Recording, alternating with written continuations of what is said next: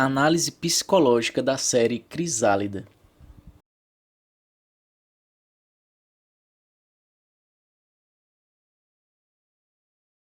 Resolve todos os nossos problemas? Neste trecho do seriado, é possível ver surdos conversando a respeito da Universidade de Gallaudet, onde lá só são aceitos surdos para estudarem. E eles ficam maravilhados, dizendo, nossa, como eu gostaria de um lugar onde todos soubessem Libras. Esse é o pensamento por detrás, essa é a ideia. E muitos surdos falam sobre querer que o mundo aprenda Libras. Claro, certamente. Eu mesmo já fiz um grupo de psicoterapia com surdos, e lá o resultado foi esse pensamento. Eu gostaria que a minha família soubesse Libras. Ou frases como, tiraram a minha vida a possibilidade de crescer, porque existe a falta da acessibilidade. Eu concordo que a acessibilidade é importante, tanto que eu estou aqui sinalizando em Libras, não é verdade?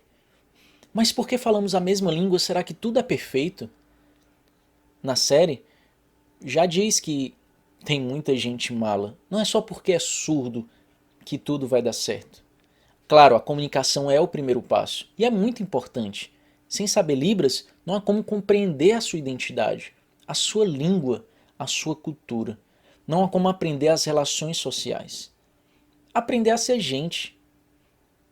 Sim, de fato é necessário a língua materna. Como eu vou educar meu filho? Como eu vou estimulá-lo? Como formar uma pessoa sem a sua linguagem? O ser humano se diferencia dos animais porque tem o individual. Porque dentre tantas coisas, ele consegue adquirir uma língua. E assim, ele consegue ter uma cultura, formando a sua identidade. É algo tão básico poder se comunicar. É algo tão básico poder se comunicar em Libras que o surdo pensa que parece que é tudo que precisa. Como o primeiro passo não foi dado, é só o que os surdos buscam. Eles querem que todos falem Libras. Mas querer isso também só não basta. Tem que querer mais do que isso. Esse é só o primeiro passo, é só o início. Ora, para a sociedade saber Libras, existe um papel e existe uma função da pessoa surda. A pessoa surda tem nela uma vontade de querer que todos saibam Libras. E existe a vontade de aprender Libras. E quem é o responsável por esta vontade? Será que é somente o ouvinte? Será que é somente o surdo? Se o ouvinte se interessar e não tiver um fácil acesso? E se os surdos não o incluírem, principalmente naquele início que é tão difícil a comunicação com a datilologia, tentando comunicar e o surdo não tem paciência, e são sinais tão básicos, né? E força a comunicação, tenta procurar comunicação e não consegue. E muitas vezes ele desiste. Então, o mais comum é ver surdos tentarem se relacionar e terem a barreira linguística. Tentar estar no mundo, né, dos ouvintes. Isso afeta, isso incomoda, isso é ruim porque a sociedade não inclui. A sociedade não entende o surdo e muitas vezes não quer aprender Libras. Isso é verdade. Eu te entendo. Eu sei que é difícil. Não é fácil. Mas se você tem interesse em que eles aprendam Libras, você faz o que para alcançar esse objetivo? Qual o teu papel, qual a tua responsabilidade nesse processo, nesse teu sonho de querer que a sociedade aprenda Libras? Você ensina Libras para os teus familiares, dá curso, é professor de Libras? No dia a dia existe uma responsabilidade vital em querer ajudar aqueles que buscam, né? E quando há um ouvinte que se interessa, você é receptivo, você o acolhe. Eu sei que o surdo tem sofrimento durante toda a sua vida, tem sofrido pelo ouvintismo, tem tantas coisas que sofreu. Eu não estou desmerecendo esta dor. Eu sei que ela é importante, ela é muito importante. Mas a tua vida não é baseada nesta dor e no teu sofrimento. A sua vida não é fadada a ser este sofrimento. Na verdade, é por conta dessa dor que você pode ter vontade de transformar a sociedade, transformar a realidade que cerca a comunidade surda. Os ouvintes precisam respeitar os surdos, devem fazer a parte deles. E os surdos também precisam fazer aquilo que os cabe, que é de sua responsabilidade. no movimento de incluir a Libras na sociedade. Também na perspectiva de aprender o português como segunda língua. Neste trecho do filme, nesse trecho que gostaria de comentar agora, é uma surda falando que não quer se comunicar em português. Bem, falando sobre esse assunto, nós sabemos que a Libras não resolve todos os problemas, mas isso também é entender que nem todas as informações estarão em Libras. Ora, eu estou fazendo esse vídeo prioritariamente em Libras porque eu acho importante, é necessário para o acesso daqueles que ainda não conseguem ler o português. Eu fico me questionando quantos assuntos, quantas informações não existem em Libras. Autores famosos da literatura, da ciência, da psicologia e tantas outras áreas que só terão acesso em português, ou inglês, espanhol, francês, enfim. Alguns ouvintes não sabem inglês, por exemplo, e não têm acesso a material importante também. Entretanto, a Libras é muito recente, ela só tem 18 anos, tem pouco material. E esperar que tudo seja traduzido é algo a longo prazo. Por isso, não só é necessário ter a sua língua materna, ter a sua língua primeira desde cedo a Libras, como também os surdos do Brasil aprenderem o português como a sua segunda língua. Entretanto, entenda, quando o surdo nasce, por mais que seus pais sejam surdos, que é uma grande minoria, ainda há uma vivência na sociedade. Em algum momento ele vai precisar aprender o português para se comunicar em português. Existe a comunidade surda e existe o mundo fora da comunidade surda. Os ouvintes precisam aprender Libras para se relacionar com vocês e os surdos precisam aprender o português para se relacionar com os ouvintes. A responsabilidade é de cada um de nós, é de todos.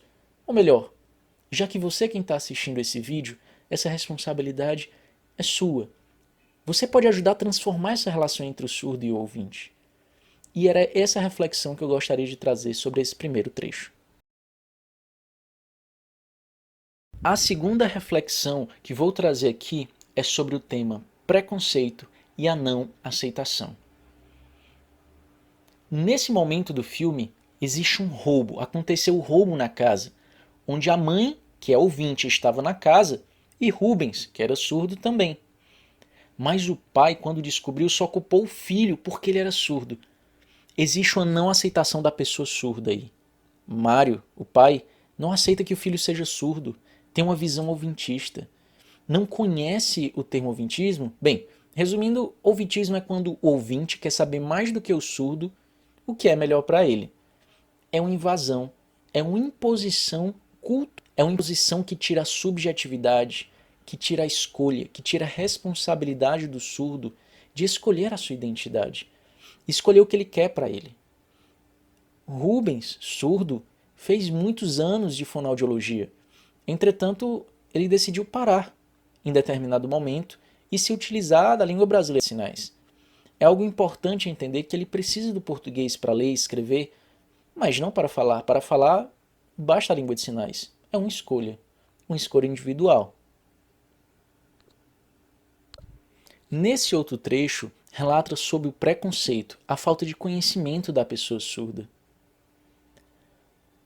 onde os pais do ouvinte, ao vê-lo namorar com uma surda, fala: eu não quero que meus netos nasçam surdos, eu quero o melhor para eles.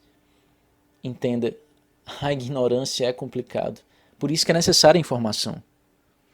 Por isso eu falo aqui novamente, insisto, para nessa relação surdo-ouvinte. Ouvinte, ele pode aprender Libras e o surdo pode aprender o português.